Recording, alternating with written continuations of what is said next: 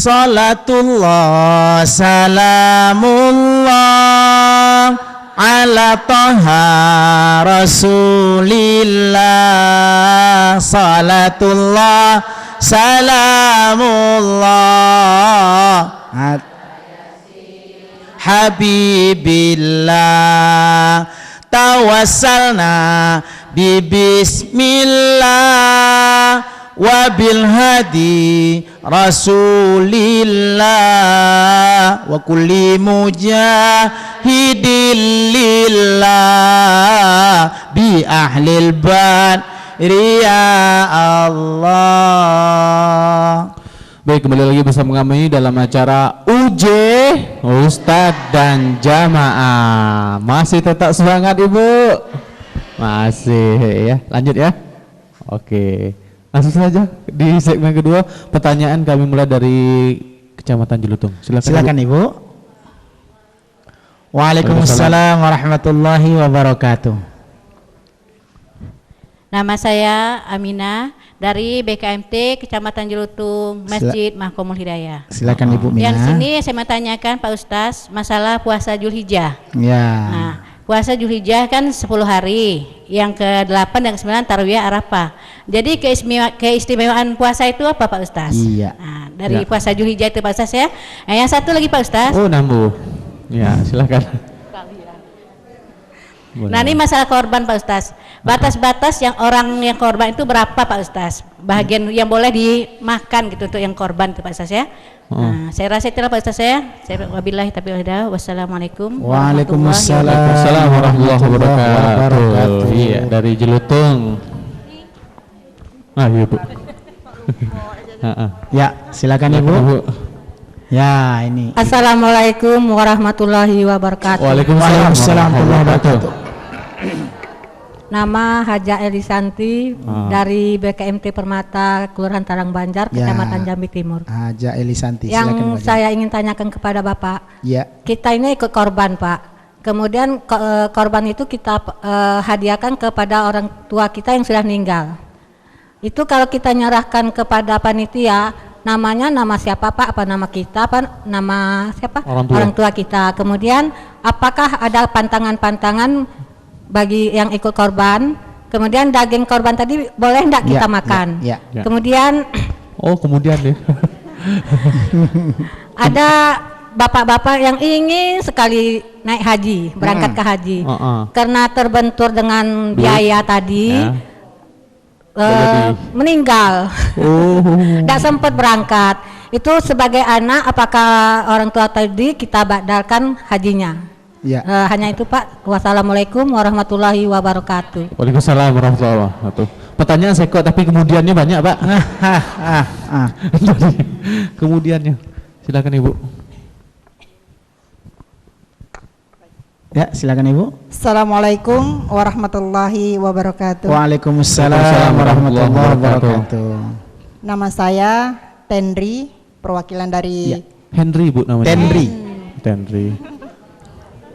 Ibu Tenri. Iya, Ibu Tenri. Silakan Ibu Tenri. Saya perwakilan dari BKMT Permata Kebun Handil. Iya. Ini pertanyaan mungkin lebih kurang hampir sama, cuma versinya berbeda nih Ustaz. Iya, silakan Ibu Tenri. Ada dua juga. Yang pertama tentang berkurban. Pada dasarnya kita berkurban untuk semata-mata beribadah kepada Allah Subhanahu wa taala. Betul. Tentunya yang jadi pertanyaan, apabila orang tua kita meninggal, kemudian ahlul baitnya ingin mengorbankan, apakah atas nama orang tua tersebut atau memang kita berkurban untuk, tentunya kita pahalanya untuk yang masih hidup ya Ustaz. Ya. Nah, itu yang orang tua. Nah, bagaimana kalau yang meninggal dunia atau misalnya kakak kita atau adik ataupun keluarga dari kita juga itu Ustaz? Ya. Ya. Kemudian yang kedua tentang ibadah haji Ustaz. Ya. Dua juga. Tidak apa-apa Bu. Tigonya tidak apa-apa. Silakan Ibu. Haji. Iya, haji. Kalau beribadah, tentunya ibadah juga itu Ustaz. Yang jadi pertanyaannya badal haji itu Ustaz. Badal haji itu sendiri. Kemudian yang jadi pertanyaan, kalau kita membadalkan orang tua kita tentunya yang sudah meninggal, mungkin itu sudah merupakan suatu kewajiban untuk anaknya. Yang jadi pertanyaan, orang tuanya memiliki anak yang sudah meninggal dan memiliki juga mungkin ada kemampuan untuk membadal haji kan? Itu bagaimana itu Ustadz? Ya, Apakah ya, ya. sama pahalanya ataukah kembalinya sekembali Oke. sudah badal Ya, haji itu baik. menjadi dipanggil haji atau Ya. gimana itu Ustadz? Ya. Iya. Oke, Terima Assalamualaikum. kasih. Iya, Bu. Hanya itu pertanyaannya. Assalamualaikum warahmatullahi wabarakatuh. Waalaikumsalam warahmatullahi wabarakatuh. Tidak mau bawa balik Bu. Ya. Baik, ini ada juga pertanyaan dari pemirsa tadi tentang kurban semua. Tapi ini SMS. lebih hebat lagi nih Ustadz. Ini tentang Silakan. kurban juga. Assalamualaikum warahmatullahi wabarakatuh. Pak Assalamualaikum Ustadz. wabarakatuh. Saya mau ikut berkurban, tapi uang saya tidak cukup. Ini pertanyaannya ya Bu, asli Bu. Bagaimana caranya Pak Ustadz? Ya, baik. Ada 4 pertanyaan Rul ya. Ya. Yang pertama adalah Ibu Aminah. Puasa Zulhijjah memang ada sunnah dari beberapa hadis ya. Yakni wasyaf'i walayalin ashar. Itu firman Allah dalam Al-Qur'an surah Al-Fajr. Jadi wasyafa' walayalin ashar, dan 10 malam yang sempurna. Ada sebagian menyatakan 10 malam adalah 10 malam terakhir Ramadan, ada juga yang menyatakan adalah 10 malam pada bulan Zulhijjah. Tapi mayoritas para mufassir mengatakan 10 malam pada bulan Zulhijjah. Nah makanya dianjurkan kita berpuasa 10 hari menjelang Idul Adha. Ini tidak 10 hari sebenarnya Bu, cuma 9 hari karena hari ke-10-nya sudah tidak puasa lagi. Ya, sudah tidak puasa lagi. Cuman malamnya jadi 10 Bu, karena 10 malam di malam 10-nya itu kita bertakbir menyebut nama Allah Subhanahu wa taala. Itu memang disunahkan. Apa faedahnya? Yang jelas kalau kita berpuasa banyak sekali yang kita dapatkan dari Allah. Ya, pahala, kebahagiaan, ketenangan. Untuk puasa Tarwiyah khususnya Arafah, itu memang ada hadis khusus. Sesiapa yang melaksanakan puasa Arafah, ya, itu Allah menghapuskan dosanya yang lalu maupun yang akan datang. Jadi posisinya kalau dia berpuasa Arafah hampir 3 tahun puasanya, 3 tahun dosanya itu dihapuskan oleh Allah, setahun sebelum dan setahun sesudah dan tahun itu. Subhanallah, artinya besar pahala yang dia dapatkan. Bahkan ada juga riwayat mengatakan bahwa ketika dia berpuasa Arafah pahalanya sama dengan orang yang sedang wukuf di Arafah. Alhamdulillah. Insyaallah kita jatuh lebarannya itu hari Kamis, jadi Arafahnya hari Rabu. Memang tahun ini tanda kutip ya kita agak berbeda lebarannya. Negara kita sudah mengumumkan insya Allah jatuhnya 10 Zulhijjah itu pada hari Kamis ya. Kemudian ada organisasi tertentu yang menetapkan yakni tanggal 23 hari Rabu. Jangan dipermasalahkan, yang penting kita lebaran insya Allah. Ya. Kemudian yang berikutnya Ustadz, batas orang yang berkurban memakan dagingnya. Sebenarnya kalau bicara batas dalam Al-Quran bahkan sampai setengah Bu, kalau dalam Al-Quran. Tetapi itu menurut ulama bukan setengah, full. Dalam Al-Quran Allah firmankan ya, fakulu minha wa atimu ba'isal fakir. Itu dalam Al-Quran, makanlah darinya dan berikan kepada fakir dan miskin atau orang yang tidak mampu. Nah darinya itu diterjemahkan oleh sebagian, ada yang mengatakan setengah, tapi mayoritas mengatakan sepertiga paling tidak. Kalau tidak pun tidak usah ditentukan berapa, terserah dia mau ngambil berapa, yang penting dapat merasakan daging yang dia kurbankan, hewan yang dia kurbankan, hewan elok, dia makannya enak, apalagi orang yang dibagi insya Allah. Begitu ya. Kemudian Ibu Haja Elisanti Talang Banjar, Ustadz, berkurban tapi niatnya untuk orang yang telah meninggal, boleh atau tidak? Kenapa tidak? Ulama membolehkan, cuman ada beberapa syarat bedanya dengan kita yang berniat sendiri ingin Mungkin kita ingin berkurban untuk nama orang tua kita yang telah mendahului kita, monggo. Bedanya menurut ulama, kalau kita sendiri itu boleh kita makan dagingnya, tapi kalau kita niatkan untuk orang yang meninggal, baik itu abang kita, adik kita, keluarga kita, siapapun dia silakan, tetapi dagingnya full kita bagi ke orang. Ya, tidak kita makan karena itu niatnya untuk yang telah meninggal. Itu bedanya. Kalau kita namo kita dewek boleh kita makan. Tapi kalau misalnya dagingnya itu untuk orang yang telah meninggal, maksudnya kurban niat untuk orang meninggal, maka full kita bagikan pada orang lain, mudah-mudahan berkah dan kebaikan bagi almarhum insya Allah. Kemudian yang berikutnya adalah Ustadz ingin naik haji tapi meninggal duluan. Semua orang pasti pengen naik haji ya. Apalagi hari ini mendaftar hari ini 2029 2030 baru bisa berangkat ya. Jadi Ustadz serba salah lah, daftar kini kaget mati duluan. Masalah mati atau tidak bukan di tangan kita, tapi Allah yang menetapkan. Maka setidaknya ketika niat kuat kita untuk berangkat haji, lalu mungkin ajal menjemput kita, sesungguhnya niat haji kita sudah tertulis. Nah, bolehlah ahli warisnya untuk membadalkan haji untuk yang bersangkutan. Boleh. Orang tua anak membadal hajikan orang tuanya, orang tua pun boleh membadalkan haji anaknya. Mungkin anaknya ada yang meninggal, ya bukan orang tuanya meninggal, anaknya meninggal, cuman anaknya pernah ngomong, Pak, pokoknya kalau aku kagak ada rezeki pengen laku naik haji, pengen nian, tahu-taunya meninggal nian anaknya. Maka kalau misalnya bapaknya mau, silakan. Yang penting syaratnya yang membadalkan haji adalah mereka yang sudah haji. Ya, yang membadalkan haji adalah mereka yang sudah haji. Jadi tidak apa-apa anaknya, keluarganya, yang penting niat.